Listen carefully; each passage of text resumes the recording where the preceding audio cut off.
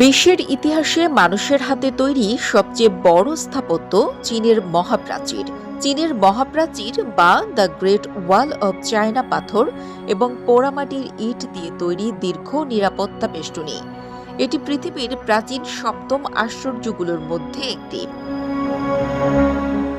পৃথিবীর এই দীর্ঘতম প্রাচীরের দৈর্ঘ্য প্রায় 21,19,6.18 কিলোমিটার। এর উচ্চতা 5 থেকে 8 মিটার। প্রাচীরটি চওড়া প্রায় 9.75 মিটার।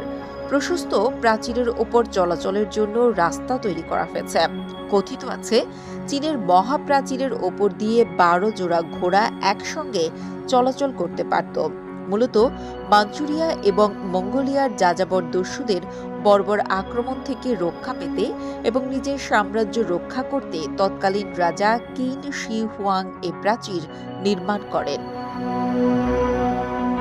বিশেষ করে চীনের উত্তর প্রান্তে ছিল ছোট বড় কয়েকটি রাজ্য। এসব রাজ্যের পরেই নানা যাযাবর জাতির বসবাস করত। এরা চীনের রাজ্যগুলোর সীমানা পেরিয়ে প্রায়ই হামলা চালাতো, লুট করে নিয়ে যেত ক্ষেতের ফসল আর গবাদি পশু। মাঝে মধ্যে গ্রামবাসীদেরও ধরে নিয়ে যেত। দুর্ধর্ষ ডাকাত হওয়ায় ওদেরকে দমন করা ছিল কষ্টসাধ্য। এই যাযাবর লুটেরাদের হাত থেকে রাজ্য ও রাজ্যের মানুষকে বাঁচাতে শুরু হয় সীমান্তের দেয়াল তোলা আর দুর্গ স্থাপন। এভাবেই শুরু হয় চীনের মহাপ্রাচীরের নির্মাণ। খ্রিস্টপূর্ব সপ্তম শতাব্দীতে, অর্থাৎ আজ থেকে প্রায় 2800 বছর আগে, চীনের উত্তর সীমান্ত রক্ষা করার জন্য এই প্রাচীর নির্মাণ কাজ শুরু হয়। প্রথম দিকে বিচ্ছিন্নভাবে অনেকগুলো প্রাচীর নির্মাণ করা হয়। পরে সবগুলো প্রাচীর যুক্ত করে মহাপ্রাচীরের রূপ দেওয়া হয়। বিশেষ করে 220 থেকে 206 খ্রিস্টপূর্বাব্দে মধ্যে এই বিখ্যাত সীমান্ত প্রাচীর নির্মাণ করেন চীনের প্রথম সম্রাট কিন শি হুয়াং। এরপর প্রাচীরটি একাধিকবার মেরামত করা হয়েছে এবং কখনো পরিবর্তন সম্প্রসারণও করা হয়েছে। বর্তমানে প্রাচীরটি যতটুকু টিকে আছে তার বেশিরভাগ চীনের মিস্টার রাজবংশের শাসনামলে নির্মিত হয়েছে।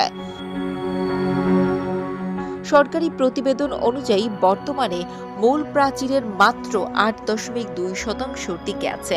পর্যটকদের জন্য এর কিছু অংশ সংরক্ষণ ও পুনরায় নির্মাণ করা হলেও বেশিরভাগ অংশ কালের গর্ভে হারিয়ে গেছে। 1987 সালে বিশ্ব ঐতিহ্য হিসেবে চীনের এই মহাপ্রাচীর ইউনেস্কোর তালিকাভুক্ত হয়।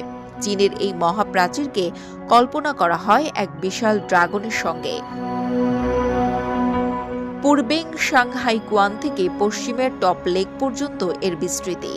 শুরু আর শেষের দিকে মহাপ্রাচীরকে দেওয়া হয়েছে ড্রাগনের মাথা আর লেজের আকৃতি। ড্রাগনের লেজ গিয়ে নেমেছে সমুদ্রের পানিতে। বর্তমানে এই মহাপ্রাচীর পর্যটকদের জন্য দারুণ এক আকর্ষণীয় জায়গা। পর্যটকদের জন্য প্রাচীরের কিছু কিছু অংশের ওপর চড়ার ব্যবস্থাও রয়েছে। দ্য গ্রেট ওয়ালের চারপাশের আশ্চর্য সুন্দর দৃশ্য দেখতে প্রতিদিন পৃথিবীর বিভিন্ন দেশ থেকে অসংখ্য পর্যটকরা সেখানে পাড়ি জমান। বিশেষ করে এপ্রিল থেকে সেপ্টেম্বর পর্যন্ত পর্যটকদের ভিড় থাকে সবচেয়ে বেশি। তবে শীতের সময় যখন তুষার পড়ে, তখন গ্রেট ওয়াল আর পাহাড়ের সারি তুষারে ঢাকা পড়ে যায়। তখন অন্যরকম এক সৌন্দর্যের সৃষ্টি হয়। তুষার ঢাকা শীতের গ্রেট ওয়াল দেখতেও তখন ভিড় জমান পর্যটকরা। সারা বছরই গ্রেট ওয়ালের উপর ভীষণ বেগে বাতাস বইতে থাকে।